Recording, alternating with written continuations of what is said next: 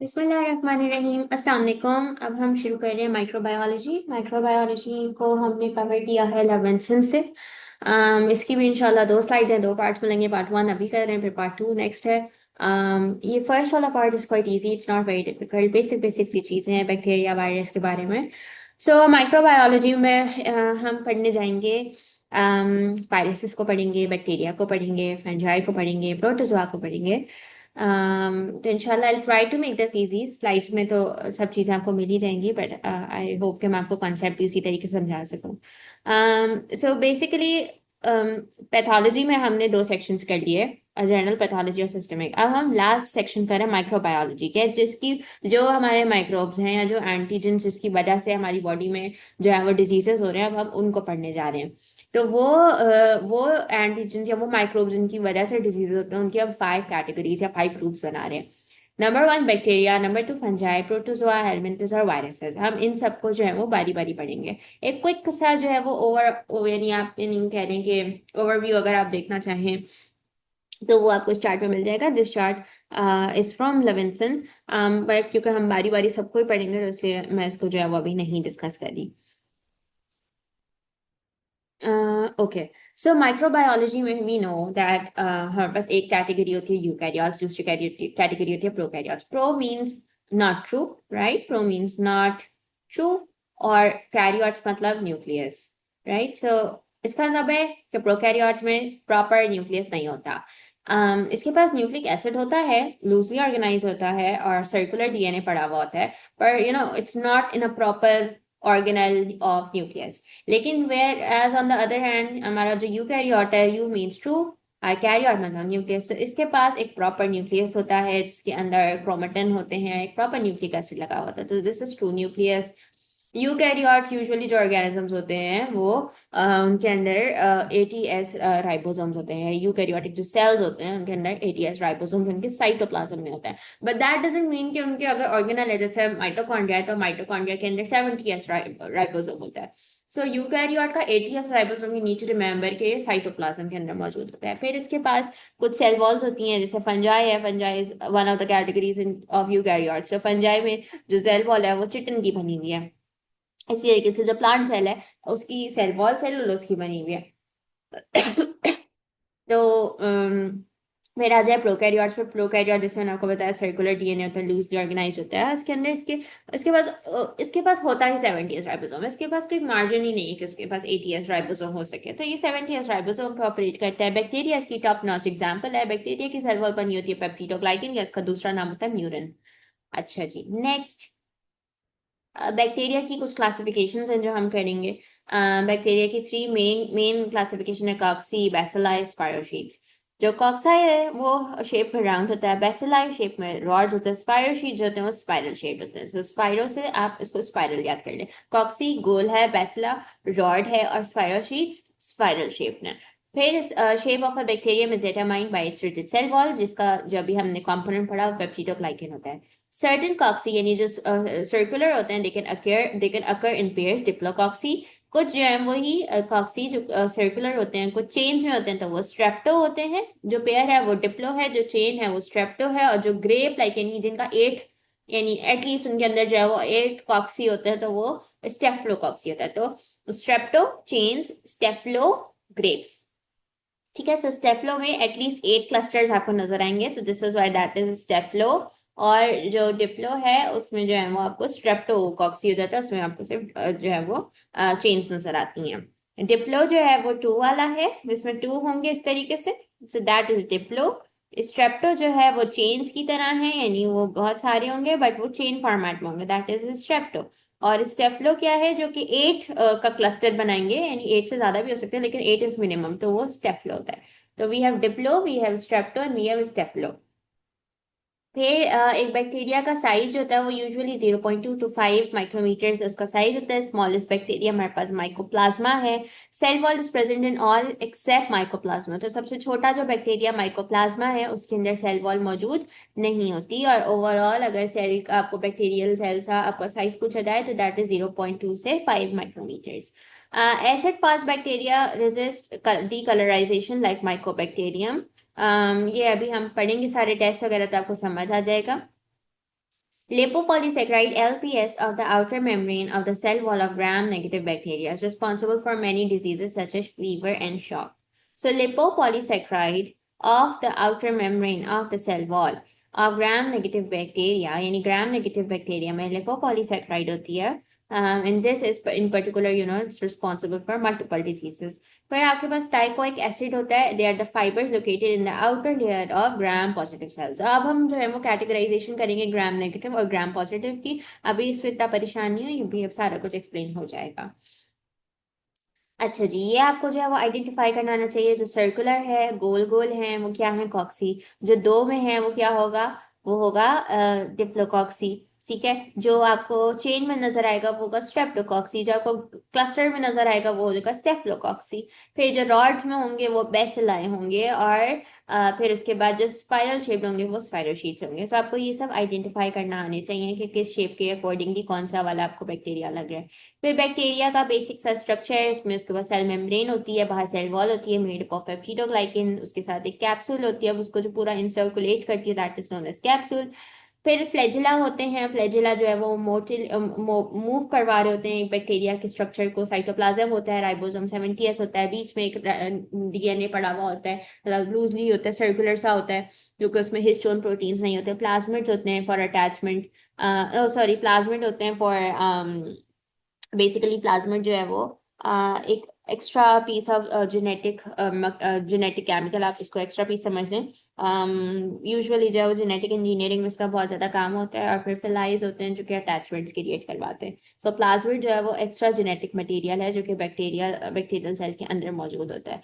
Peptidoglycan जो है वो उसकी सेल वॉल है, क्या करता है? रिजिड सपोर्ट प्रोवाइड करता है ऑस्मोटिक प्रेशर को। और यूजुअली जो पेप्टिडोग्लाइकिन है जो सेल वॉल बनाता है, ये वो साइट है जिसपे पेनिसिलिन आके एक्ट करती है। पेनिसिलिन आपको पता है एंटीबायोटिक है, उसके ऊपर आके एक्ट करती है। क्या करती है? लाइसिस करती है सेल वॉल का।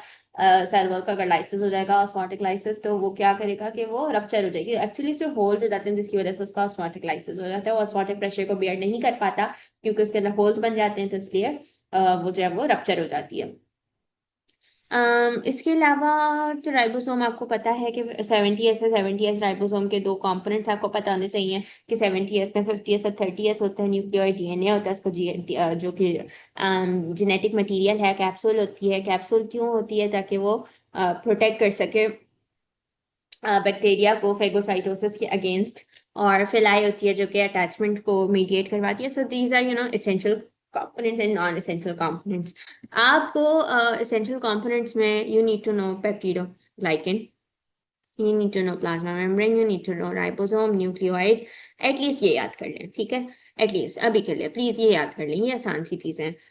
अच्छा, ग्राम पॉजिटिव बैक्टीरिया भी याद कर लें कि ग्राम पॉजिटिव में टैकोइक एसिड होगा। अभी हम करते हैं ग्राम पॉजिटिव ग्राम नेगेटिव को, don't worry about that, but at least essential में आपको बेसिक बेसिक चीजें बतानी चाहिए। एडिशनल फीचर्स होते हैं वो नॉन एसेंशियल कंपोनेंट्स होते हैं। एडिशनल वो होते हैं जो कि आपने पहली दफा जो जिनका बारे में सुन रहे हैं, कैप्सूल जो कि इसको इनकैप्सुलेट करती है, फेगोसाइटोसिस प्रोटेक्ट कर रही है, फिलाई जो सेल की अटैचमेंट को मीडिएट करवा रही है, फ्लैजिला जो मूव करवा रही है, प्लाज्मिड जो कि एक्स्ट्रा डीएनए मटेरियल है, उसको भी हम जो है वो एडिशनल मटेरियल समझते हैं। तो इसलिए आपको ये सारे नाम एडिशनल फीचर्स जो होते हैं वो उसके नॉन एसेंशियल कंपोनेंट्स होते हैं।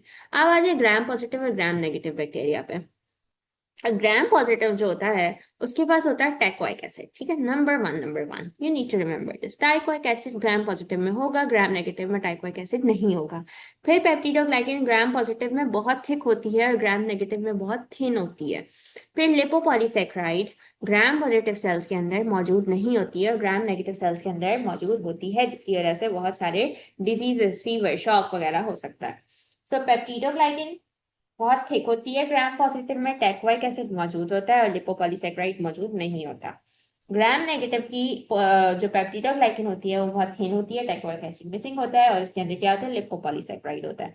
ग्राम negative bacteria contains endotoxin, endotoxin यानी अंदर से प्रोड्यूस हुआ हुआ लिपोपॉलीसेक्राइड, और ग्राम पॉजिटिव में ये लिपोपॉलीसेक्राइड नहीं होता, जिसकी वजह से डिसीजेज होते हैं।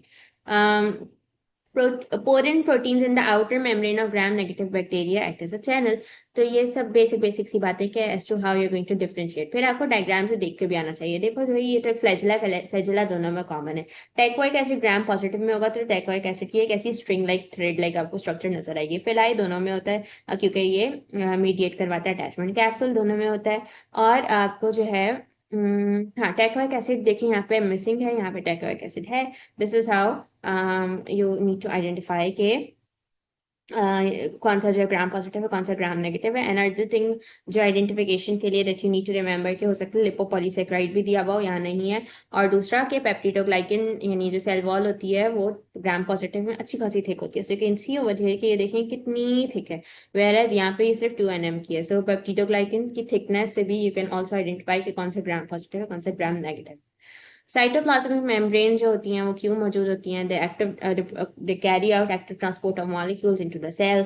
एनर्जी जनरेशन हो जाती है via oxidative phosphorylation, synthesis of precursor of cell wall, secretion of enzymes and toxins. तो बेसिकली ये उन्होंने आपको जो है वो फंक्शंस लिख के दिए हैं। साइटोप्लाज्मिक मेम्ब्रेन एक्टिव ट्रांसपोर्ट करवा रहा है, एनर्जी जनरेशन करवा रहा है, सेल वॉल के प्रिकर्सर्स को सिंथेसाइज कर रहा है और एंजाइम्स को सिक्रीट कर रहा है। 70s का राइबोसोम्स उसके पास होते हैं, 50s 30s इसका सब यूनिट होता है।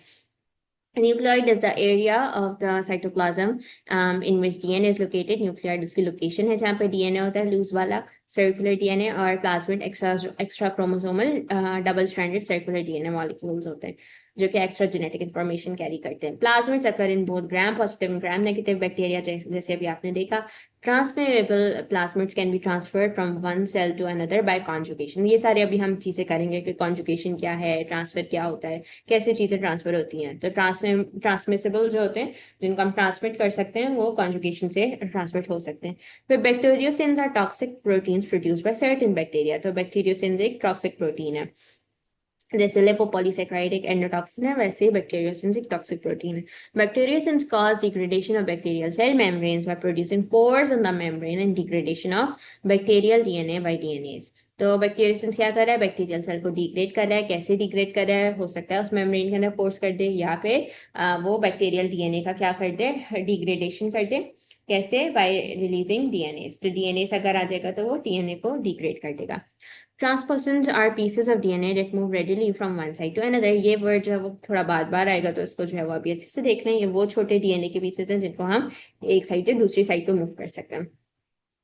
ट्रांसपोसन्स आर जंपिंग जीन्स, इसका दूसरा नाम जंपिंग जीन्स भी हो सकता है।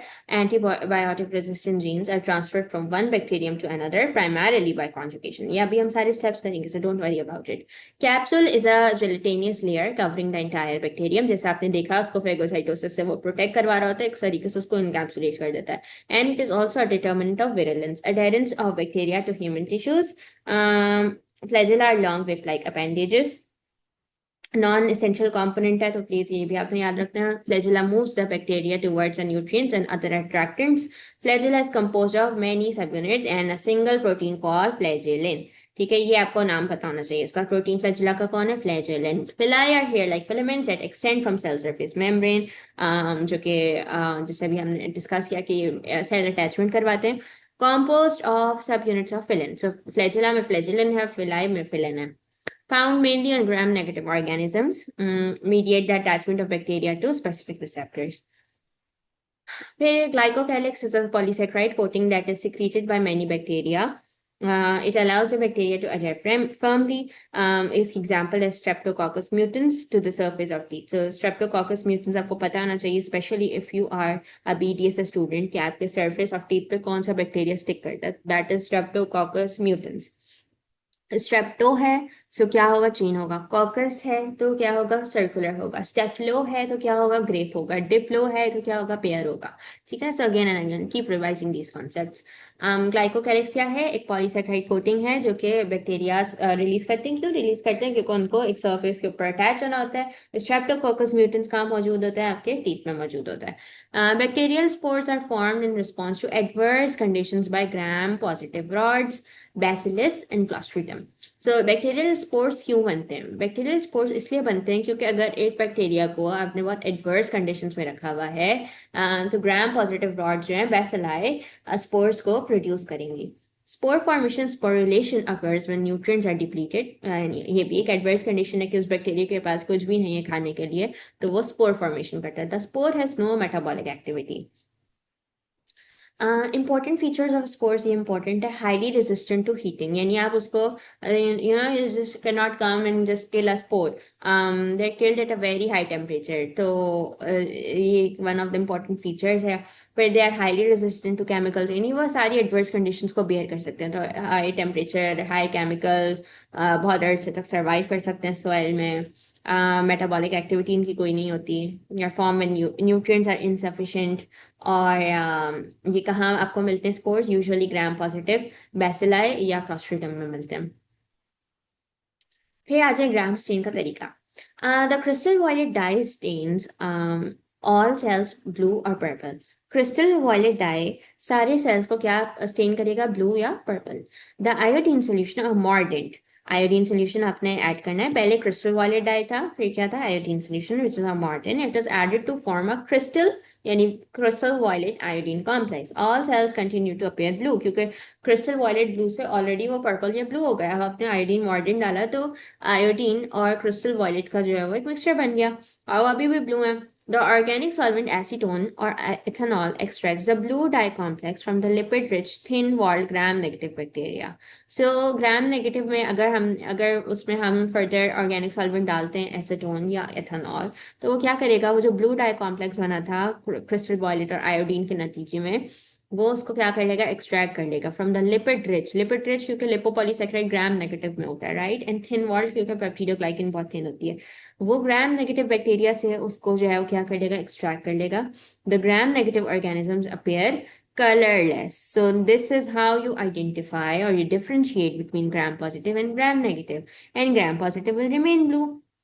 The red dye safranin stains are decolorized negative cells, gram negative cells, red pink. The gram positive bacteria remains blue.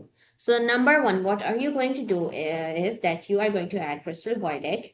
Okay, then you are going to add the mordant iodine. Then you're going to add the acetone या ethanol, any organic solvent that you have. फिर क्या होगा कि gram negative, क्योंकि पहले उनका colour blue था, अब अगर ग्राम नेगेटिव उसमें है, उसके अंदर क्योंकि लिपोपॉलीसैकेराइड ज्यादा है, उसकी थिन वॉल है, तो वो क्या हो जाएगा? उससे एक्सट्रैक्शन हो जाएगी. ये जो ऑर्गेनिक सॉल्वेंट आपने डाला वो उससे क्या करेगा? उससे स्टेन ऑफ करवा लेगा, रब ऑफ करवा लेगा. क्या रब ऑफ करवाएगा? ब्लू डाई कॉम्प्लेक्स जो कि क्रिस्टल वॉयलेट या आयोडीन से बना था मिक्सचर, वो उससे एक्सट्रैक्ट हो जाएगा और ग्राम नेगेटिव बैक्टीरिया कलरलेस हो जाएगा. फिर अगर आप उसको कलरलेस में, अगर आप उसमें सैफरन ऐड करते हैं, तो वो क्या करता है? वो डीकलराइज ग्राम नेगेटिव सेल्स को क्या कर देगा? रेड और पिंक कर देगा. वेयर एज जो आपके ग्राम पॉजिटिव है वो कंटिन्यू करेंगे ब्लू रहने में. ठीक है, तो सैफरन क्या कर रहा है? डीकलराइज ग्राम नेगेटिव बैक्टीरिया को रेड या पिंक में स्टेन कर देगा और ग्राम पॉजिटिव उसी कलर में एग्जिस्ट करेगा. So first of all you are going to add crystal violet, then you are going to add the mordant iodine, then you are going to add acetone ethanol, जो उसके gram negative से क्या करेगा? Extraction कर लेगा उस complex सी, और उसकी वजह से ग्राम नेगेटिव बैक्टीरिया कलरलेस हो जाएगा. उस कलरलेस बैक्टीरिया में आप फर्दर क्या ऐड करते हैं? सैफरन, जो कि उसको क्या स्टेन करता है? रेड या पिंक. और जो ग्राम पॉजिटिव होगा it will continue to stay blue. Gram stain it is done in the identification of many bacteria and influencing the choice of antibiotic, because in general gram positive bacteria are more susceptible to penicillin than are gram negative bacteria. अच्छा, फिर growth कैसे होती है इनकी? Bacteria reproduce by binary fission, ये हमें पता है. One parent cell divide to form two progeny cells. They undergo exponential growth. अच्छा, ये हमारा ना बहुत इंपॉर्टेंट पार्ट शुरू. वैसे तो सब कुछ ही, एवरीथिंग इज वेरी इंपॉर्टेंट. जो जो मैं आपको सारे यहाँ पे टेस्ट बताऊंगी ना, दे वेरी वेरी इंपॉर्टेंट. आपको ये सब पता होने चाहिए. अच्छा, तो बाइनरी फिजन में एक सेल की बहुत सारी, एक मतलब वो अपनी डिवाइड करता है पहले टू प्रोजेनी में, और फिर इनकी क्या होती है? Exponential growth. 20 मिनट्स में इकोलाई जो है वो ग्रो कर जाता है, और 18 आवर्स में माइकोबैक्टीरियम ट्यूबरकुलोसिस. और इन 20 मिनट्स बहुत जल्दी इकोलाई जो है वो ग्रो करता है. अच्छा, इसका फर्स्ट फेज क्या था? Lag phase, during which the vigorous metabolic activity occurs but sales do not divide. ये सारे फेज आपको पता होने चाहिए. लैग फेज क्या है? विगरसली मेटाबॉलिक एक्टिविटी हो रही है लेकिन सेल ने अभी डिवाइड करना शुरू नहीं किया है. लॉग फेज जो इसका एक्सपोनेंशियल फेज है, वहां पे बहुत रैपिडली सेल डिवीजन होगी. Beta lactam drugs such as penicillin act during this phase. अगर आपने पेनिसिलिन देनी है, बीटा ड्रग देनी है, तो आप किस फेज में देंगे? लॉग फेज में। क्यों? क्योंकि वो फेज है जिसमें बैक्टीरिया की रैपिड डिवीजन हो रही है। तो आप पेनिसिलिन अगर इस टाइम पे देंगे तभी वो इफेक्टिव होगी। During sorry, drugs are effective when cells are making peptidoglycan. So क्योंकि पेप्टिडोग्लाइकन पे उसका जाके एक्शन उसने परफॉर्म करना है, उसने वहां जाके रप्चर करना है, होल बनाना है सेल मेम्ब्रेन पे, उस पर, ताकि वो क्या कर सके, जो उसका ऑस्मोसिस का जो बैलेंस है वहाँ पे वो लाइसिस क्रिएट करेगा, वो पंक्चर करेगा सेल वॉल को, और फिर क्या होगा कि वहाँ से उसका लाइसिस हो जाएगा और वो खत्म हो जाएगा बैक्टीरिया। सो लैग फेज क्या है? मेटाबॉलिक एक्टिविटी बढ़ रही है, मेटाबॉलिक एक्टिविटी बढ़ रही है लेकिन सेल डिवाइड नहीं हो रहा। लॉग फेज क्या? एक्सपोनेंशियल ग्रोथ हो रही है, सेल डिवाइड हो रहा है। और ये वो फेज होता है जिसमें हम पेनिसिलिन देते हैं ताकि वो जाके अपना एक्शन दिखा सके पेप्टिडोग्लाइकन के ऊपर, सेल वॉल के ऊपर। ग्रोथ फिर आती है स्टेशनरी फेज। लैग फेज हो गया, लॉग फेज हो गया। लॉग के बाद क्या है? Stationary phase. Stationary phase occurs when nutrient depletion और toxic products cause growth to slow until the number of new cells produced balances the number of cells that die, resulting in a steady state। तो ये कौन सा stage है stationery? जिसमें nutrient depletion हो रही है या टॉक्सिक प्रोडक्ट की जो है वो ग्रोथ हो गई है, सॉरी टॉक्सिक प्रोडक्ट्स जो है वो इनहेंस हो गई हैं, और उसकी वजह से क्या हो रहा है कि स्लो ग्रोथ हो रही है बैक्टीरिया की, और यहाँ पर एक स्टेडी स्टेट मेंटेन हो रही है, यानी न्यूट्रिएंट कम हो रहा है, टॉक्सिक प्रोडक्ट बढ़ रही है, जिसकी वजह से सेल ग्रो नहीं हो पा रहा। Cells grow in special apparatus called chemostat. ये पता होना चाहिए बैक्टीरियल सेल्स किस में ग्रो होते हैं? कीमोस्टेट। यानी अगर आप उसको आर्टिफिशियली बना रहे हैं तो कीमोस्टेट में उसको जो है आप ग्रो करवाएंगे। Final phase is a death phase which is marked by decline in the number of viable bacteria. ठीक है, सो ये आपको आइडेंटिफाई करना आना चाहिए। ए is your lag phase, B is your log phase, C is your steady phase, stationary phase, and D is your death phase। इस वाले lag में क्या हो रहा है? लैग में मेटाबॉलिक एक्टिविटी इंटेंसिवली हो रही है लेकिन सेल ग्रो नहीं हो रहा। बी जो एक्सपोनेंशियली आपका जो है उसमें बैक्टीरियल सेल की ग्रोथ हो रही है, और ये वो टाइम है जिसमें हम पेनिसिलिन देते हैं ताकि वो पेप्टिडोग्लाइकन पे जाके अपना एक्ट ऑन कर सके, और वहाँ पे होल्स बनाता है और उसको रप्चर कर देता है। फिर सी में क्या होता है? सी में जो है वो न्यूट्रिएंट डिप्लीशन हो रही है, टॉक्सिक प्रोडक्ट्स बढ़ रही हैं, यहाँ पे स्टेडी ग्रोथ हो गई है, और डी में क्या हो रहा है? वायबल बैक्टीरिया मर रहा है। So this is how you need to remember the growth curve. फिर आ जाओ types of bacteria. Bacteria such as M tuberculosis are obligate. Obligate aerobes. Obligate जो है वर्ड है ना, एरोब्स। अच्छा, एक हमारा पता है कि एक एनारोबिक होता है, एक एरोबिक होता है, राइट? एरोब्स है, सही है। एरोब्स का मतलब फॉर श्योर क्या होगा कि इसको ऑक्सीजन चाहिए चाहिए, राइट? ऑब्लिगेट है लेकिन एरोब्स है, तो एरोब्स से you need to understand that it needs oxygen to grow because their ATP generating system is dependent on oxygen as hydrogen acceptor। we know all of this oxidative phosphorylation, right? we don't need to go on that। अभी जो मैं आपको समझाना चाह रही हूँ, आपको type समझाना चाह रही हूँ, how you suppose to remember. Obligate, obligate सा समझ लें, ऑब्लिगेशन है इसकी ऑक्सीजन यूज करना। It's an obligate aerobe. Aerobe को ऑक्सीजन चाहिए, और ऑब्लिगेट से आप कर लें कि इसकी ऑब्लिगेशन है, इसको मैंडेटरीली ऑक्सीजन चाहिए। फिर E coli is facultative anaerobes. Anaerobes, इसको ऑक्सीजन एज सच इतना कोई नहीं चाहिए, जिंदा रह लेगा एनारोब में, मतलब इसको ऑक्सीजन चाहिए, पर ऐसा भी नहीं चाहिए कि उसके बगैर ही कुछ ना कर पाए। सो फैकल्टेटिव में क्या होता है? They utilize oxygen if it is present to generate energy by respiration, but they can use the fermentation pathway as well to synthesize the ATP in absence of sufficient oxygen। So E. coli chill है, वो anaerobe है लेकिन facultative है, क्योंकि obligate anaerobe भी होगा। Obligate anaerobe क्या होगा? एनारोब है, ऑक्सीजन की एब्सेंस उसको हर हाल में चाहिए, और ऑब्लिगेट है तो उसके लिए मैंडेटरी है। So this is how you suppose to learn. Obligate aerobe है, okay. If it is obligate, compulsory है कि उसको ऑक्सीजन चाहिए होगा। फैकल्टेटिव है, बीच का है, नहीं चाहिए है तो ठीक है, नहीं है तो कोई बात नहीं, कॉली चिल पिल। जो ऑब्लिगेट एरोब है वो टीबी वाला है, ठीक है। और फिर जो ऑब्लिगेट एन एरोब होगा, ऑब्लिगेट है, मैंडेटरी है, कंपल्सरी है, ऑब्लिगेटरी है कि उसको ऑक्सीजन की एब्सेंस चाहिए ही चाहिए, तो that is obligate an aerobe. उसकी एग्जांपल जो है वो है Clostridium tetani, which cannot grow in the presence of oxygen because they lack either superoxidase dismutase or catalase or both।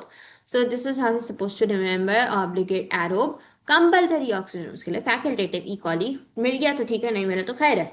Obligate anaerobe नहीं ग्रो हो सकता, क्लोस्ट्रीडियम टेटनी उसके बगैर नहीं ग्रो हो सकता, यानी उसको ऑक्सीजन की एब्सेंस हर हाल में चाहिए। फिर micro aerophilic bacteria, they require, micro है छोटा सा ही चाहिए होगा, एरोफिलिक है छोटा सा, बस उसको ऑक्सीजन दे दो, खुश रहेगा। हेलिकोबैक्टर पिलोरी हमने जो है वो पैप्टिक अल्सर्स में पढ़ा था उसको सिस्टेमिक में। कार्बोक्सिफिलिक, इसको ऑक्सीजन चाहिए। निजेरिया गोनोरिया ये हम पढ़ेंगे अभी माइक्रोबायोलॉजी में।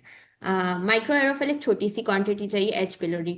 जो ऑब्लिगेट था वो टीबी था, ऑब्लिगेट एरोब। जो कि फैकल्टेटिव था इकोली था। जो कि ऑब्लिगेट एनारोब था वो क्लोस्ट्रिडियम था। फिर आपका आ जाता है माइक्रो एरोफिलिक, वो एच पिलोरी था। फिर कार्बोक्सिफिलिक जो बैक्टीरिया है वो निजेरिया गोनोरिया है, और उसको कार्बन डाइऑक्साइड चाहिए होता है। आयरन, अच्छा फिर iron the form of ferric ion is required for the growth of bacteria. तो फेरिक आयन की फॉर्म में बैक्टीरिया को चाहिए होता है आयरन, ताकि उसकी ग्रोथ हो सके। ठीक है, सो फेरिक फॉर्म याद रखिएगा। ट्रांसपॉन्स जो कि जंपिंग जीन्स थे जो transfer the DNA from one site on the bacterial chromosome to another site or to a plasmid. So वो DNA को transfer, I mean, they're transferring the DNA from one side to another. Synthesize a copy of their DNA and insert the copy at another site in the bacterial chromosome or the plasmid. So they're synthesizing a copy of their DNA, उसका वो लिया photocopy, और इसको कहीं और जाके insert कर दिया। Transfer of DNA within bacteria also occurs by program rearrangements. फिर अब आ जाओ ट्रांसफर ऑफ डीएनए पे। ट्रांसफर ऑफ डीएनए तीन तरीकों से हो सकती है, कॉन्जुगेशन, ट्रांसडक्शन, ट्रांसफॉर्मेशन। अच्छा, अब आ जाओ कॉन्जुगेशन पे। कॉन्जुगेशन की डायग्राम बहुत इंपॉर्टेंट है। कॉन्जुगेशन बेसिकली क्या है? It is the first most mechanism practice by bacteria in order to transfer the DNA. तो कॉन्जुगेशन जो होती है ना, that is mating of two bacterial cells. ठीक है, फिर इसमें क्या होता है? DNA transfer from the donor to the recipient cell, donor to the recipient. This is the donor and this is the recipient. इसमें क्या ट्रांसफर हो रहा है? They transferring the DNA. Okay, mating process is controlled by by by an F fertility plasmid F vector. Meeting थी conjugation में, और कौन उसको कैरी आउट करवा रहा है? एफ फर्टिलिटी प्लाज्मिड या एफ फैक्टर या एफ फर्टिलिटी प्लाज्मिड, जो भी आप उसको जैसे भी याद कर सकते हो, बस उसको याद कर लो। एफ फर्टिलिटी प्लाज्मिड या एफ फैक्टर इसको कंट्रोल करवा रहा है। ठीक है, एफ प्लस या एफ फर्टिलिटी या एफ प्लाज्मिड इसको कैरी आउट करवा रहा है। Pilin which forms the sex pilus conjugation tube. Pilin क्या कर रहा है? फिलिन आपको याद होगा प्रोटीन था फिलाई का, वो क्या करता है? वो बनाता है बीच में सेक्स फिलिस बनाता है। ठीक है, कॉन्जुगेशन की ट्यूब बनाता है। Mating begins when the phyllis of the donor male bacterium carrying the factor F plus, F fertility, F plasmid, yeah, F positive attaches to a receptor on the surface of the recipient female bacterium, which does not contain an which does not contain an F factor, F negative. ठीक है, enzymatic cleavage of the F factor DNA, one strand is transferred across a conjugal bridge into the recipient. ये फिलिन ने बनाया था ना conjugation tube, वहां से वो F फैक्टर पॉजिटिव जो है वो ट्रांसमिट हो जाएगा या ट्रांसफर हो जाएगा वाया दैट कॉन्जुगेशन वाली ट्यूब जो कि फिलिन ने बनाई है into the recipient cell. So F plus से वो कहाँ जा रहा है? F नेगेटिव में जा रहा है। Process is completed by synthesis of the complementary strand to form a double-stranded F factor plasmid in both the donor and recipient cells. Some F plus cells have their F plasmid integrated into the bacterial DNA and thereby acquire the capability of transferring the chromosome into another cell. So, during this transfer, the single strand of DNA that enters any single strand of DNA का transfer के दौरान that enters the recipient F negative cell, तो ये F positive था। ठीक है, F positive ने conjugation tube बनी वाया फिलिन, फर्टिलिटी प्लाज्मिड डीएनए इसके पास है। ठीक है, F प्लस सेल हम किसको कह रहे हैं? डोनर को कह रहे हैं। इसके पास क्या है? फर्टिलिटी प्लाज्मिड वाला डीएनए है। ठीक है, so it's present in your fertility plasmid DNA. ठीक है, ये फर्टाइल वाला है। तो ये किसको ट्रांसमिट करेगा? एफ नेगेटिव को, जिसके पास नहीं है fertility plasmid DNA. So if this is a male and this is a female, इनके बीच में फिलिन कौन बनाएगा? क्या बनाएगा? कॉन्जुगेशन ट्यूब बनाएगा। ठीक है, कॉन्जुगेशन ट्यूब बन गई, तब हो क्या रहा है? During this transfer the single strand of DNA that enters the recipient F negative cell contains a piece of the F factor at the leading end, followed by the bacterial chromosome, and then by the remainder of the F factor. ठीक है, okay. सो इसको हम एक दफ़ा और recap करते हैं। कि फिलिन था, इसने यहाँ पे कॉन्जुगेशन ट्यूब बनाई, ठीक है, यहाँ पे कॉन्जुगेशन ट्यूब बनी, an F plasmid is being transferred from an F plus donor to an F negative recipient, जिसके पास F fertility plasmid F factor नहीं है, उसके पास कॉन्जुगेशन ट्यूब बनेगी और वो अपना ट्रांसमिट कर देगा, वो अपना ट्रांसमिट करेगा एफ प्लाज्मिड, ठीक है, वो अपना एफ प्लाज्मिड ट्रांसमिट करेगा, ट्रांसफर करेगा एफ नेगेटिव सेल को, ठीक है। It attaches to a receptor on the surface of the recipient female bacterium which does not contain an F factor, ठीक है, इसके पास एफ फैक्टर नहीं है, यानी वो एफ नेगेटिव है। So I hope I am able to clarify this कि जो एफ प्लस है, okay let me draw this क्योंकि ये बहुत इंपॉर्टेंट है, इसलिए I will spend time on this, will not rush it. F plus जो है, ठीक है, एफ प्लस जो है इसको समझ लें कि इसके पास क्या चीज़ है, इसके पास है एफ फैक्टर, ठीक है, इसके पास है एफ फैक्टर, और ये इसने एफ फैक्टर किसको किसको ट्रांसफर करना है, जिसके पास एफ नेगेटिव है या जिसके पास एफ फैक्टर मिसिंग है, ये उसको अपना एफ फैक्टर देना चाह रहा है, ठीक है, एफ फैक्टर ट्रांसमिट करना चाह रहा है। तो ये ट्रांसमिट कैसे होगा, via conjugation tube. Enzymatic cleavage आपने वहां पीछे देखा कि वहां पे एंजाइमेटिक क्लेवेज हुआ किसका, of the F factor DNA, one strand, एक स्ट्रैंड ट्रांसफर हो गया across the conjugal bridge into the recipient cell, एक स्ट्रैंड ट्रांसमिट हुआ किसका, एफ फैक्टर का। Process is completed by synthesis of the complementary strand to form double stranded F.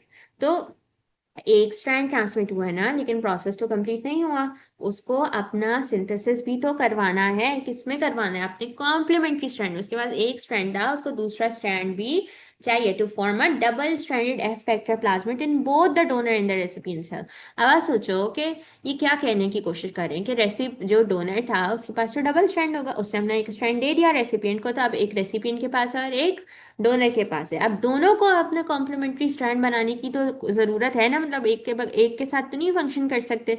तो अब recipient के पास भी एक स्ट्रैंड है और डोनर के पास भी एक स्ट्रैंड है, लेकिन अब प्रोसेस को कंप्लीट करने के लिए उसका कॉम्प्लीमेंट्री स्ट्रैंड बनेगा।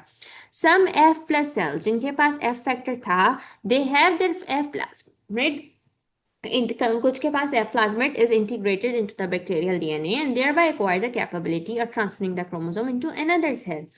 Um, during this transfer, the single strand of DNA that enters a recipient F negative cell contains a piece of the F factor. तो उसकी वजह से उसका जो है वो सिंथेसिस हो सकता है कॉम्प्लीमेंट्री स्ट्रैंड का, क्योंकि उसके साथ F factor तो आ गया, at the leading edge followed by the bacterial chromosome and then by the remainder of the F factor.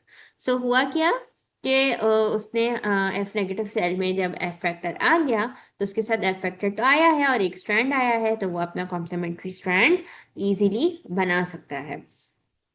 And this is how conjugation will take place via F positive and F negative.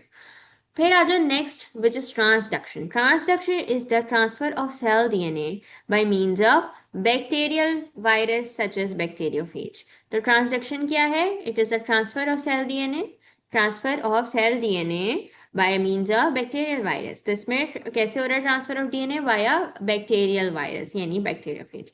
During the growth of the virus within the cell, during the growth of the virus within the cell bacteriophage, a piece of bacterial DNA is incorporated into the virus. ठीक है, सो वो cell यानी यानी ये जो है वो एक बैक्टीरियल सेल है, ठीक है, और इसमें जो है वायरस ने आके अफेक्ट कर दिया है। A piece of bacterial DNA is incorporated into the virus, ठीक है, so we are right now talking about bacteria and virus. एक बैक्टीरिया है जिसपे वायरस ने आके अटैक कर दिया, तो इसमें इसके दौरान क्या होगा कि बैक्टीरियल डीएनए जाके वायरस के अंदर इनकॉर्पोरेट हो जाएगा and is carried into the recipient cell at the time of infection, यानी अब जो भी इसका शिकार होगा, जिसमें भी अभी अपना ट्रांसफर करेंगे, तो रेसिपिएंट को ये एक पर्टिकुलर कॉम्बिनेशन ट्रांसफर हो जाएगा। In the recipient cell the phage DNA can integrate into the cell DNA and the cell can acquire a new trait by lysogenic conversion. तो रेसिपिएंट सेल में वो फेज डीएनए जाके जो है वो integrate हो सकता है सेल के ओरिजिनल डीएनए के साथ, और वहाँ पे एक नया ट्रेट बन जाएगा विच इज नोन एज यानी via lysogenic conversion. Non pathogenic organism is converted now into a pathogenic one. Diphtheria toxin, botulinum toxin, cholera toxin, and erythrogenic toxin, Streptococcus pyogenes, are encoded by bacteriophages and can be transferred by transduction. ये आप नाम याद रख लें, दो तीन at least, cholera का याद कर लें, बोटेलियम और डिप्थीरिया टॉक्सिन का तो एटलीस्ट कर लें। Generalized type occurs when the virus carries a segment from one part of the bacterial chromosome. Specialized type occurs when the bacterial virus DNA that is integrated in the cell DNA is exercised and carries with its adjacent part of the cell DNA. अब ये है proper transduction. अब bacteriophage infects अ bacterium. अब bacteriophage यानी जो virus है, it infects a bacterium. ठीक है, डू यू अंडरस्टैंड बैक्टीरियोफेज क्या है? This is a virus. ठीक है, this is a virus. Okay, let me right it properly. Bacteriophage is a virus. ठीक है, बैक्टीरियोफेज ने किसको इन्फेक्ट किया? एक बैक्टीरिया को अफेक्ट किया। And phage DNA enters the cell, यानी बैक्टीरियोफेज का DNA it will now enter into the cell. ठीक है, do you understand this? The phage DNA जो कि इसके अंदर आ गया है, it will now replicate and the bacterial DNA fragments. ठीक है, प्रोजेनी फेज बन गया ना, यानी ये जो था पहले उसने अपना फेज डीएनए डाल दिया, फेज डीएनए अब रेप्लिकेट हो गया। फिर सी में क्या हो रहा है? The progeny phage resemble and are released, most contain phage DNA and a few contain bacterial DNA. तो बैक्टीरियल डीएनए भी है थोड़ा सा, और प्रोजेनी फेज के अंदर यूजुअली ज्यादा किसका है? फेज का डीएनए है। फिर डी another bacterium, यानी अब दूसरा bacterium is infected by phase containing bacterial DNA, यानी अब तो ये नॉर्मल, यानी ये तो अब ये इन्फेक्टेड था ना, ये पहले तो नॉन पैथोजेनिक था, अब ये पैथोजेनिक हो गया। अब अगर इसका किसी और बैक्टीरिया के साथ इंटरेक्शन होगा तो वहां पर क्या होगा कि वहां पे जाके ये अपना फेज डीएनए वहां पे इसमें इंसर्ट कर देगा। The transduced bacterial DNA integrates into host DNA, यानी किसी और का, and the host acquires a new trait by a lysogenic conversion. This host bacterium survives because no viral DNA is transduced, therefore no viral replication can occur. So ये जो है वो थोड़ा सा टेक्निकल इसलिए है क्योंकि इसमें एक बैक्टीरिया और वायरस की हम बीच में बात कर रहे हैं। एक वायरस था बैक्टीरियोफेज, वो आया, उसने अपना फेज रिलीज करा इन द बैक्टीरियल डीएनए, वहां पर जो है उसकी रेप्लिकेशन हुई और एक पूरा प्रोजेनी फेज डीएनए बन गया, यानी बैक्टीरियोफेज का यहाँ पे पूरी प्रोजेनी तैयार हो गई। अब ये जो है, अब इसमें जो है बैक्टीरिया के अंदर प्रोजेनी फेज ज्यादा है as compared to bacterial DNA खुद का। तो यहाँ पर अब ये जो है वो पहले तो नॉन पैथोजेनिक था, लेकिन अब ये पैथोजेनिक बन गया, और अब अगर इसका एक्सपोजर होता है किसी और बैक्टीरिया से तो ये अपना जो प्रोजेनी फेज है वो वहां पे तो रिलीज कर देगा, वो किसी और बैक्टीरिया को जाके अफेक्ट कर देगा या इन्फेक्ट कर देगा, और उसकी वजह से आपने इन्फेक्शन को कैरी आउट करवा दिया। Transduced bacterial DNA integrate into the host DNA, host DNA के अंदर आ जाएगा, और होस्ट जो है वो एक नया ट्रेट एक्वायर कर लेगा, लाइसोजेनिक कन्वर्जन हो जाएगी उसमें। फिर आ जाए ट्रांसफॉर्मेशन पे। ट्रांसफॉर्मेशन थर्ड इसका है कि कैसे ट्रांसफर ऑफ डीएनए हो सकता है।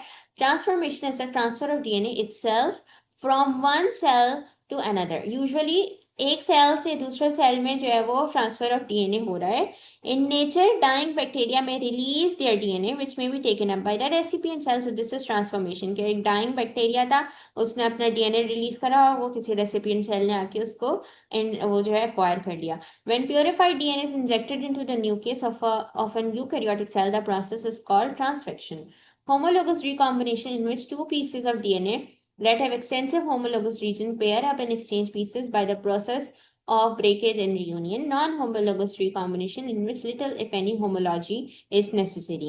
So homologous recombination क्या है? जिसमें two pieces of DNA जिनका extensively इनके homologous regions हैं वो pair up करते हैं और इसमें अपनी information को आपस में exchange करते हैं via breakage, via reunion. सो होमोलोगस क्या है? होमोलोगस क्रोमोसोम्स के ऊपर जो एक्सचेंज ऑफ मटेरियल हो रहा होता है, एक्सचेंज ऑफ इंफॉर्मेशन हो रहा होता है। ट्रांसफॉर्मेशन में डीएनए कैसे होता है कि जो डीएनए जो सॉरी बैक्टीरिया मर रहा होता है वो अपना डीएनए रिलीज कर देता है एनवायरनमेंट में, और वो डीएनए जो है वो कोई और सा बैक्टीरिया आके इनहेरिट कर लेता है। सो कॉन्जुगेशन में क्या हो रहा होता है? Conjugation is a mating process of two bacterias, one one of them has one of them is F plus, one of them is F negative. F plus मतलब कि उसके पास F फैक्टर था, F नेगेटिव मतलब कि उसके पास F factor नहीं था। उनकी कोई कॉन्जुगेशन ट्यूब बनती है, एक स्ट्रैंड जो है वो F प्लस से F नेगेटिव में चला जाता है और फिर उनकी कॉम्प्लीमेंट्री सिंथेसिस हो जाती है और वो डबल स्ट्रैंड में दोबारा से तैयार हो जाते हैं। ठीक है, ट्रांसडक्शन में क्या हो रहा है? इसमें एक बेसिकली वायरस जो है वो बैक्टीरिया को आके अफेक्ट कर रहा होता है। DNA transferred by a virus from one cell to another. फिर ट्रांसफॉर्मेशन क्या है कि प्योरीफाइड डीएनए को जो है वो एक्सचेंज कर लिया जाता है। फिर आ जाए मेडिकली इंपॉर्टेंट बैक्टीरिया पे। ग्राम नेगेटिव रॉड्स, ग्राम नेगेटिव कौन से थे? जिनमें टेकोइक एसिड मिसिंग होता है, जिनकी पॉलीपेप्टिडोग्लाइकिन थिन होती है और लिपोपॉलीसेकेराइड ज्यादा होता है। ग्राम नेगेटिव रॉड्स यानी bacilli are divided into three categories: respiratory, zoonotic and enteric. तो ये अब हम 3 कैटेगरीज मेडिकली इंपॉर्टेंट बैक्टीरिया की करने जा रहे हैं। ग्राम पॉजिटिव में ग्राम पॉजिटिव में जैसे जिनकी जो ग्राम पॉजिटिव होते हैं, जो थिक वॉल्ड होते हैं, जिनका पेप्टिडोग्लाइकन ज्यादा होता है, उसमें ग्राम पॉजिटिव में कॉक्सी में भी है स्ट्रेप्टोकोकस एंड स्टेफलोकोकस। स्ट्रेप्टोकोकस क्या है, जो चेन में एग्जिस्ट करते हैं। स्टेफलो क्या है, जो ग्रेप लाइक अरेंजमेंट होता है। और उसके कौन से क्लिनिकल मैनिफेस्टेशन हैं स्ट्रेप्टो और स्टेफलोकोकी की, कोकस की? नमोनिया है, एब्सेस ऑफ स्किन है। फिर स्पोर फॉर्मिंग रॉड्स कौन सी होती है? स्पोर फॉर्मिंग, स्पोर कब बनते हैं? एडवर्स कंडीशन में, जब न्यूट्रिएंट की डिप्लीशन हो जाती है। एक उसमें एनारोबिक होता है, एक एरोबिक होता है। एरोबिक में बेसिलस है हमारे पास, यानी ऑब्लिगेट। आपको मैंने बताया था ना, ऑब्लिगेट एरोब्स होते हैं, और जो है आपके पास ऑब्लिगेट एनारोब्स होते हैं, जिसमें हमने क्लॉस्ट्रीडियम पढ़ा था, जिसमें टेटनस हो जाती है। एरोबिक में बेसिलस जो है वो एंथ्रिक्स कॉज करवा देता है। फिर नॉन स्पोरिंग रॉड जो होती हैं, उसमें आप डिप्थेरिया और मेनिंजाइटिस को याद कर लें। आई थिंक आप जो है ना स्ट्रेप्टोकोकस स्टेप्लोकोकस को तो एटलीस्ट याद करें, ये तो बहुत इंपॉर्टेंट है। एरोबिक में आप बेसिलस और क्लॉस्ट्रीडियम को भी कर लें, क्योंकि ये भी हम पढ़ के आ चुके हैं। एंथ्रिक्स होता है बेसिलस की वजह से, क्लॉस्ट्रीडियम की वजह से टेटनी हो जाती है। तो एटलीस्ट आप ये याद कर लें, क्योंकि ये आगे जो है ना वो हम एक्सटेंसिवली पढ़ेंगे, इसलिए मैं आपको कह रही हूँ कि आप ये वाले एटलीस्ट ये तो याद करो। फिर हम क्या आते हैं ग्राम नेगेटिव बैक्टीरिया। ग्राम नेगेटिव बैक्टीरिया में आपके पास निजेरिया गोनोरिया है, उसकी वजह से गोनोरिया और मेनिंजाइटिस होता है। Don't worry about this, because हम इस सबको बहुत एक्सटेंसिवली आगे वाले माइक्रोबायोलॉजी में पढ़ेंगे। तो जो मैं जैसे मैं करवा रही हूँ ना, उसको ट्रस्ट करें, और जो चीज़ें मैं बता रही हूँ एटलीस्ट वो आप फॉर श्योर याद करें। फिर हमने कहा कि हमारे पास मेडिकली जो इंपॉर्टेंट होता है बैसिल आए, जो कि ग्राम नेगेटिव होते हैं, उसमें हमारे पास 3 कैटेगरीज हैं। रेस्पिरेटरी है, जूनोटिक है और एंटेरिक है। रेस्पिरेटरी वो है जिसकी वजह से आपको रेस्पिरेटरी के मसले हो सकते हैं। इसमें आप बॉर्डिटेला याद कर लें, बॉर्डिटेला क्योंकि हमने करना है, और हीमोफिलस करना है। हीमोफिलस में मेनिंजाइटिस होता है, बॉर्डिटेला की वजह से वूपिंग कफ हो जाता है।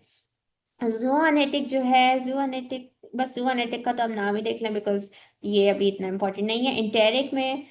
इंटेरिक में जो है वो आप सेल्मोनेला और शिगेला फॉर श्योर करें, बिकॉज सेल्मोनेला शिगेला पे हमने बहुत बात करनी है। आगे अभी अगर ये नहीं भी याद हो रहा तो डोंट वरी, क्योंकि अगला जो सेक्शन है माइक्रोबायोलॉजी का वो भरा हुआ है सारे different different bacteria, different different viruses से, तो अल्टीमेटली सबको करना ही पड़ेगा ये याद। सेल्मोनेला शिगेला जो है वो एंटेरिक के लिए याद कर लें, they are gram negative. Bordetella whooping cough वाला याद कर लें। So I think that's it. और एसिड फास्ट में you can just remember mycobacterium. तो one second, don't worry about them, क्योंकि ये टर्न बाय टर्न हम सारे बैक्टीरियाज करेंगे। फिर आ जाए normal flora of your body. Normal flora is the presence of bacteria and fungi that are permanent residents of certain body site, यानी आपकी बॉडी पे कहीं ना कहीं एग्जिस्ट करते हैं। इसमें से आप जो है वो कैंडिडा अल्बाइकन्स कर लें, क्लॉस्ट्रीडियम स्पीशीज कर लें, जो कि आपके कोलॉन में होते हैं। कैंडिडा अल्बाइकन्स जो है वो आपके माउथ वजाइना में बहुत ज़्यादा होते हैं। और लेक्टोबैसिलस स्पीशीज भी जो है वो कर लें, लेक्टोबैसिलस।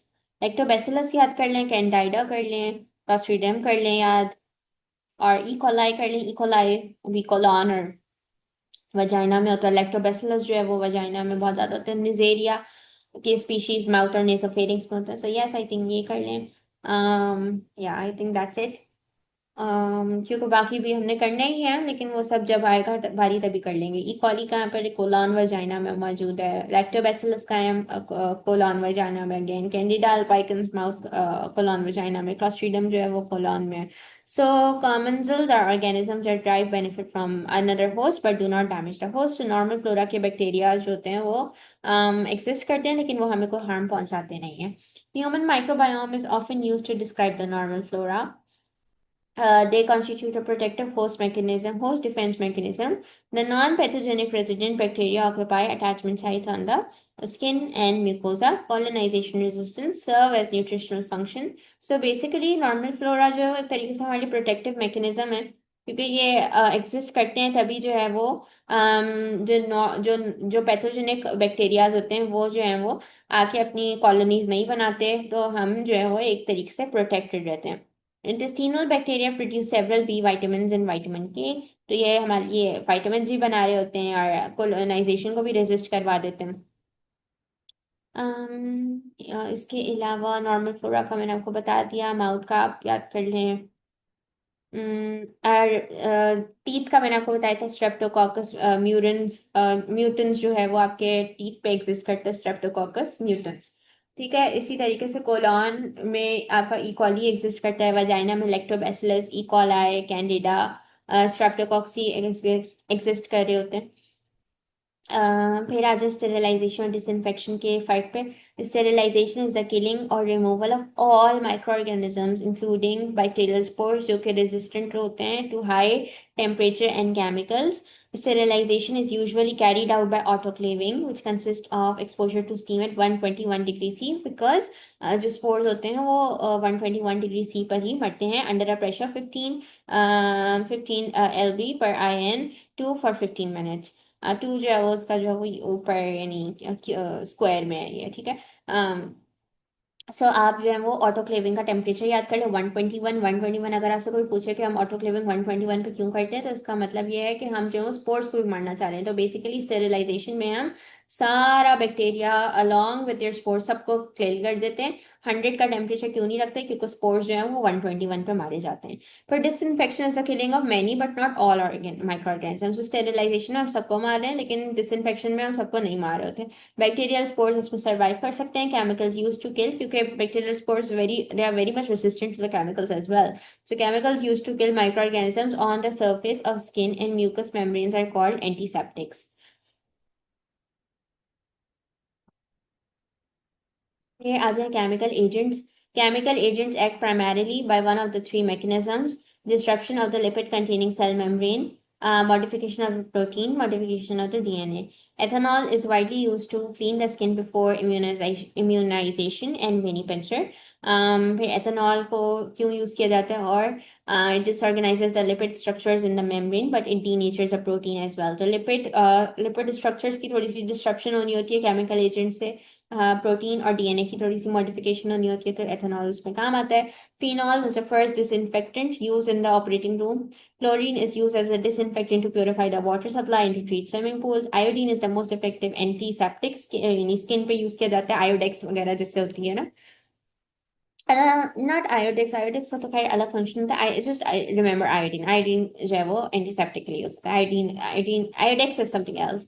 Hydrogen peroxide is used as an antiseptic to clean the wounds and to disinfect contact lenses। तो ये आपको बेसिक बेसिक से पता होना चाहिए कौन से एंटीसेप्टिक्स हैं। आयोडीन एंटीसेप्टिक है, हाइड्रोजन peroxide एंटीसेप्टिक है।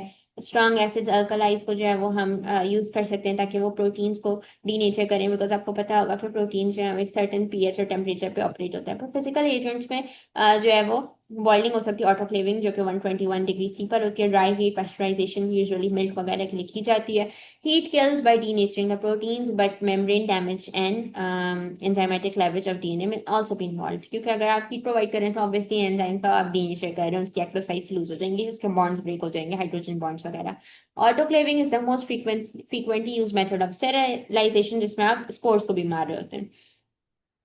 पैस्चराइजेशन जैसा भी मैंने आपको बताया मिल्क के लिए प्राइमरीली यूज होता है, consist of heating the milk to 62 degree Celsius for 30 minutes and it is followed by rapid cooling. तो ये आपको पता होना चाहिए 62 डिग्री सेल्सियस होता है और 30 मिनट्स का टाइम होता है, उसके बाद आपको उसको रैपिडली कूल करना होता है। फिर यूवी लाइट्स होती हैं, उससे भी माइक्रो ऑर्गेनिज्म को मारा जा सकता है। Greatest anti microbial activity of UV light occurs at 250 to 260 nm। ये आपको एमसीक्यू के लिए पता होना चाहिए।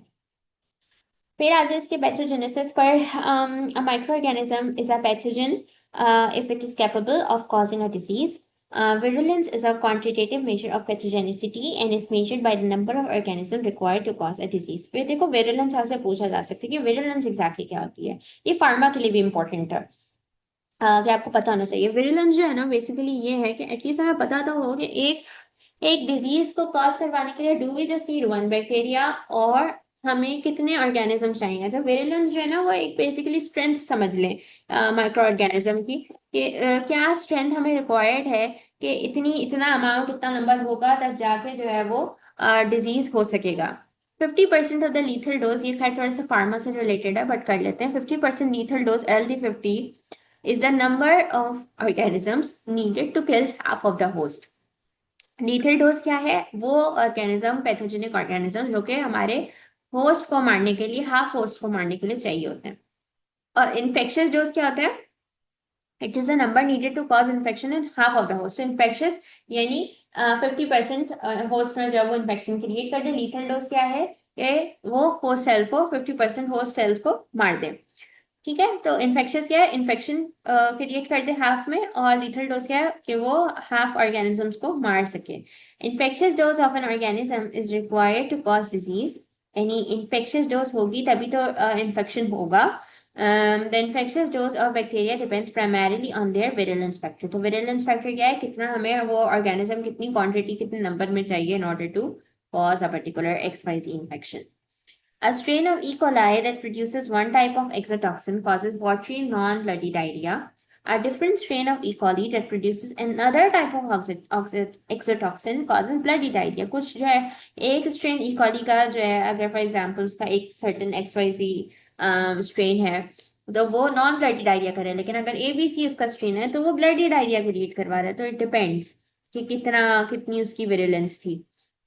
Bacteria cause disease by two major mechanisms. Number one, toxin production. Number two, invasion and inflammation. Toxins वही बात है कि exotoxin और endotoxin में वो हम उसको categorize करते हैं. Exotoxins are polypeptides released by the cell, and endotoxins are lipopolysaccharides which form an integral part of the cell wall. तो ये अंदर से आ रहे हैं और ये जो है वो रिलीज हो रहे हैं। एक्सोटॉक्सिन जो है वो पॉलीपेप्टाइड होते हैं जो कि सेल रिलीज कर देता है, और एंडोटॉक्सिन्स क्या होते हैं जो कि आपके सेल वॉल के इंटीग्रल पार्ट्स आ रहे थे। तो एंडोटॉक्सिन में आपका लिपोपॉलीसेक्राइड है जो कि ग्राम नेगेटिव बैक्टीरिया के अंदर मौजूद होता है। Endotoxins occur only in gram negative rod, जैसे मैंने अभी आपको बताया, क्योंकि लिपोपॉलीसेक्राइड सिर्फ होता है, और एंडोटॉक्सिन का यहाँ पे जो बैक्टीरियल एंडोटॉक्सिन है वो हमारे पास लिपोपॉलीसेक्राइड है। Tuberculosis is spread from person to person via airborne droplets produced by coughing. Transmission from an external source into the portal of entry.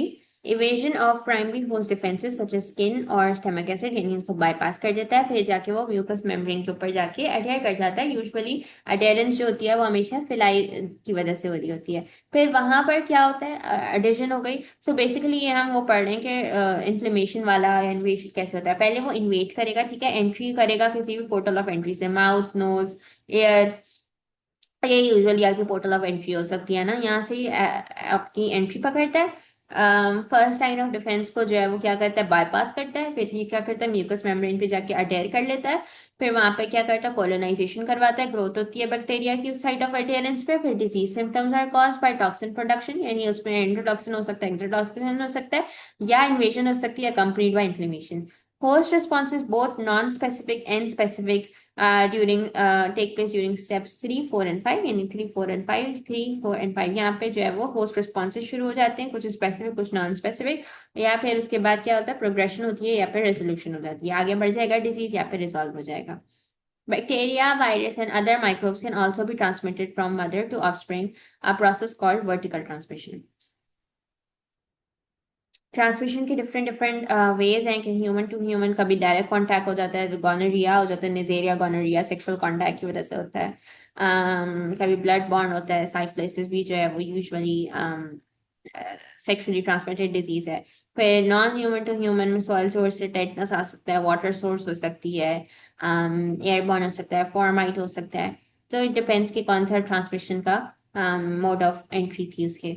Respiratory tract से आया, GIT से आया, स्किन को क्रॉस किया, जेनाइटल ट्रैक से आया।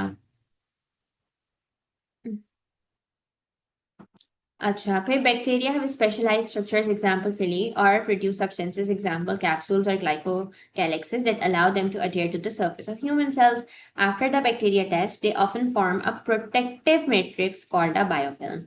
So ये important चीज है which you need to remember कि जैसे ही वो adhere कर लेता है किसी म्यूकस मेम्ब्रेन पे, तो वो अपने अराउंड क्या बना लेता है, एक बायोफिल्म बना लेता है। बायोफिल्म क्या करता है, वो बैक्टीरिया को प्रोटेक्ट करता है from antibiotics and host immune defenses such as antibodies and neutrophils. तो वो एक तरीके की प्रोटेक्शन है बैक्टीरिया की in form of biofilms.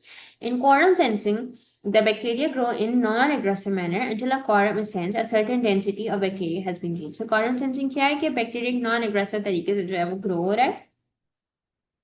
Bacteria cause disease by invasion of tissue followed by inflammation. Invasion होगी फिर inflammation होगी. It can also cause by toxin production and immunopathogenesis.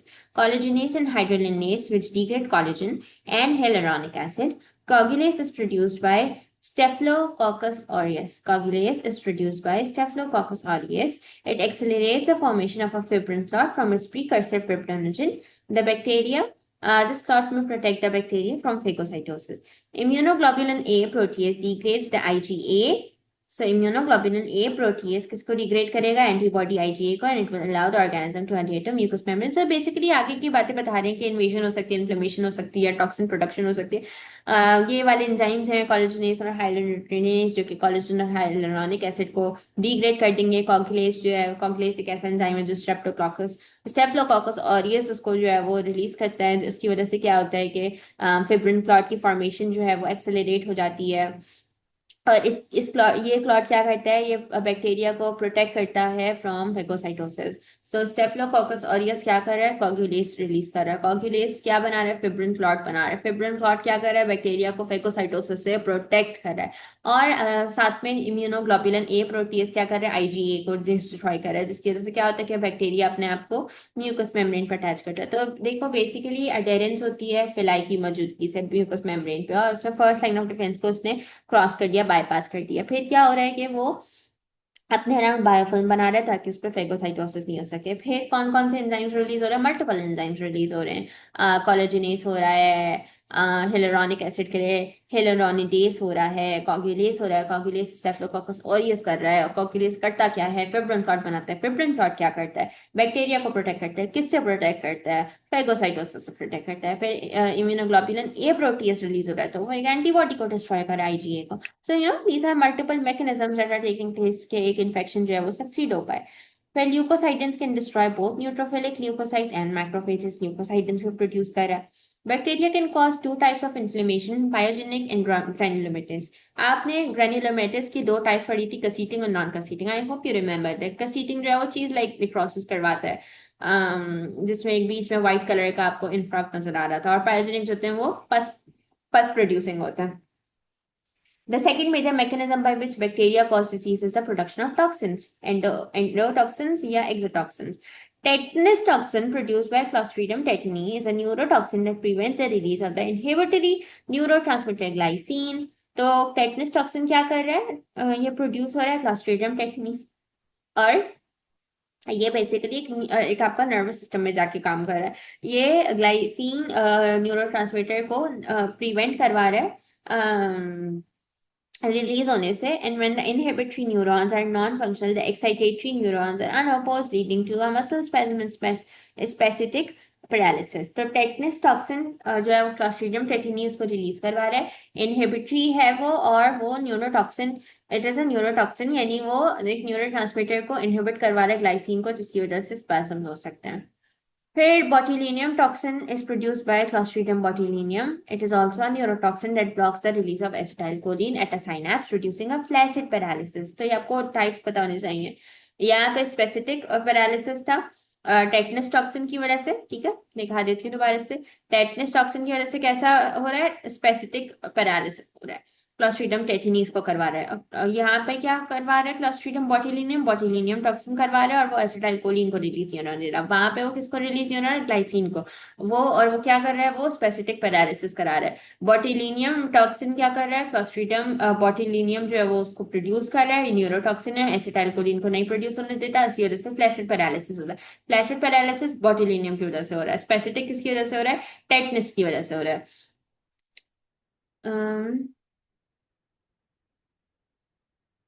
Okay, ये सब तो खैर आप मेरे साथ कंपैरिजन और प्रॉपर्टीज देखें एक्सोटॉक्सिन का और एंडोटॉक्सिन का, क्योंकि एक हमने मैकेनिज्म पूरा कर लिया कि इन्वेजन और इन्फ्लेमेशन कैसे हो सकती है ना. अब टॉक्सिन्स में हमारे पास दो कैटेगरीज हैं, exotoxin, endotoxin.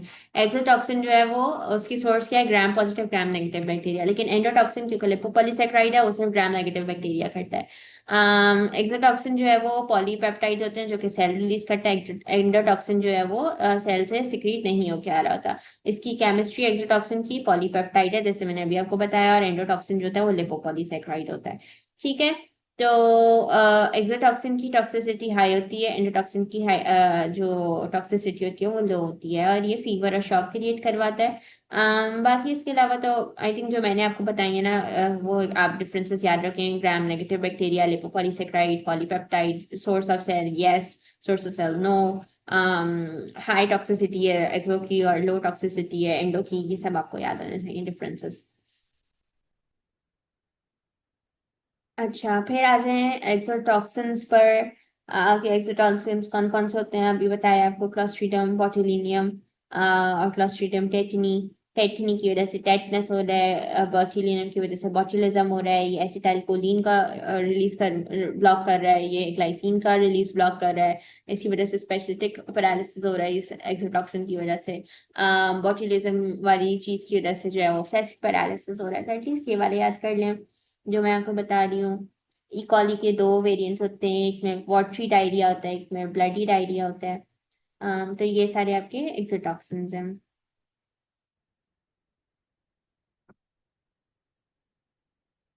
Exotoxins can be modified to form toxoids. Exotoxins can be modified to form toxoids. अच्छा, अब exotoxins जिनकी हाई टॉक्सिसिटी होती है, इनका पास एक स्ट्रक्चर होता है ए बी सब यूनिट स्ट्रक्चर। अच्छा, ये सब यूनिट स्ट्रक्चर ना बार बार आएगा, ठीक है। ए बी सब यूनिट स्ट्रक्चर एक्सोटॉक्सिन्स के पास होता है, ठीक है। तो it is present in clostridium botulinum, clostridium tetani सबके पास होता है। ए जो है ना इसका unit, it is active unit, ठीक है। ये टॉक्सोइड का एक ए यूनिट जो है वो एक्टिव यूनिट है, और बी यूनिट क्या है, जो बाइंडिंग यूनिट है। ए यूनिट एक्टिव यूनिट है, बी यूनिट क्या है, बाइंडिंग यूनिट है। Exotoxins are antigenic and induce antibodies called antitoxins, ठीक है। सो इंपॉर्टेंट बात है, एक्सोटॉक्सिन्स क्या होते हैं, एंटीजेनिक होते हैं, और वो क्या इंड्यूस करवाते हैं, एंटीबॉडीज, और वो एंटीबॉडीज क्या होती हैं, एंटीटॉक्सिन्स होती हैं, और उसकी एंटीबॉडीज एंटीटॉक्सिन्स ही होती हैं। तो अभी तक क्या बताया, एक्सोटॉक्सिन्स की हाई टॉक्सिसिटी है, ठीक है। और एक्सोटॉक्सिन्स पॉलीपेप्टाइड नेचर के हैं, सेल से सिक्रीट हो रहे हैं। एंडोटॉक्सिन सेल से सिक्रीट नहीं हो रहे हैं, वो लिपोपॉलीसेकेराइड हैं, ग्राम नेगेटिव बैक्टीरिया से आ रहे हैं, ठीक है। एक्सोटॉक्सिन्स में अभी हमने किस किस की एग्जांपल कर ली है, हमने एग्जांपल करी क्लॉस्ट्रीडियम टेटनी की, जिसकी वजह से टेटनस का टॉक्सिन आ रहा है, और वो किसकी इनहिबिशन करवा रहा है, ग्लाइसिन की, और उसकी वजह से क्या हो रहा है, स्पेसिफिक पैरालिसिस हो रहा है, ठीक है। फिर दूसरा क्लॉस्ट्रीडियम बोtulinism, उसकी वजह से क्या हो रहा है, आपका एसिटाइलकोलिन जो है वो नहीं रिलीज हो पा रहा है, जिसकी वजह से फ्लैसिड पैरालिसिस हो रहा है। इन्हीं इन्हीं एक्सोटॉक्सिन्स की एक जो यूनिट है, सब यूनिट ए है एक्टिव, बी है बाइंडिंग। फिर आ जाओ एंडोटॉक्सिन पर। एंडोटॉक्सिन के मोड ऑफ एक्शंस क्या होते हैं। एंडोटॉक्सिन जो है वो सेप्टिक शॉक करवाता है, ठीक है, which is characterized primarily by fever, hypotension and disseminated intravascular coagulation, DIC. Endotoxin cause these effects by activating three critical responses, activating macrophages to produce interleukin. So it will, ये इसका क्या है, अब endotoxin कर रहे हैं, एंडोटॉक्सिन क्या करता है, मैक्रोफेजेस को एक्टिवेट करवाता है। मैक्रोफेजेस इंटरल्यूकिन 1 को एक्टिव करवाता है, ट्यूमर निक्रोसिस फैक्टर को एक्टिव करवाता है, और एनो नाइट्रिक ऑक्साइड को। यहाँ पे ये कॉम्प्लीमेंट्स को एक्टिव करवाता है, C3A C5A। C3A आपको अब तक तो याद हो जाना चाहिए, C3A की वजह से एडिमा होता है, हाइपरटेंशन होती है। C5A न्यूट्रोफिल का कीमोटेक्सिस करवाता है। एक्टिवेट्स क्या करवाता है, टिश्यू फैक्टर एक्टिवेट करवाता है, DIC यानी डिसेमिनेटेड इंट्रावेस्कुलर कोagulation। सो एंडोटॉक्सिन क्या कर रहे हैं, मैक्रोफेज की एक्टिवेशन करवा रहे हैं। मैक्रोफेज की एक्टिवेशन से क्या होता है, इंटरल्यूकिन 1 एक्टिव हो जाता है। इंटरल्यूकिन 1 एक्टिव हो जाता है तो फीवर हो जाता है, TNF हो जाता है तो फीवर और हाइपरटेंशन हो जाती है, नाइट्रोक्साइड होती है तो हाइपोटेंशन होती है। यहाँ पे ये कॉम्प्लीमेंट एक्टिव करवाते हैं, C3A या फिर C5A, ठीक है। और यहाँ पे ये टिश्यू फैक्टर एक्टिवेट करवाते हैं, जिसकी वजह से DIC हो जाती है। So interleukin 1, TNF, fever, hypotension, nitric oxide, स्लिव हाइपोटेंशन। फिर C3A C5A को एक्टिव करवाता है, hypotension, oedema, neutrophil chemotaxis C5A से हो रहा है। और यहाँ पे ये जो है वो टिश्यू फैक्टर को एक्टिवेट करवाता है, जिससे DIC हो जाता है, कोagulation कैस्केड। तो ये कॉम्प्लीमेंट को भी एक्टिव करवा रहा है और टिश्यू फैक्टर को भी एक्टिव करवा रहा है। Septic shock is different from toxic shock. In septic shock, the bacteria are in the bloodstream. Septicemia. Bacteria किसमें, ब्लड स्ट्रीम में। टॉक्सिक शॉक क्या है, जिससे toxin that is circulating in the blood. So toxin जो है वो blood में circulate हो रहा है, और सेप्टिक शॉक में बैक्टीरिया ब्लड स्ट्रीम में, ठीक है।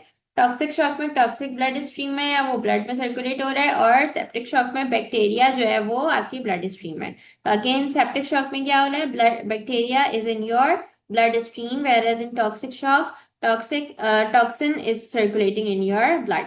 ठीक है, सो बैक्टीरिया ब्लड स्ट्रीम में है और टॉक्सिक शॉक में टॉक्सिन आपकी ब्लड में सर्कुलेट हो रहा है. In certain diseases such as rheumatic fever and the acute glomerulonephritis, it is not the organism itself that causes symptoms of the disease, but the immune response to the presence of the organism.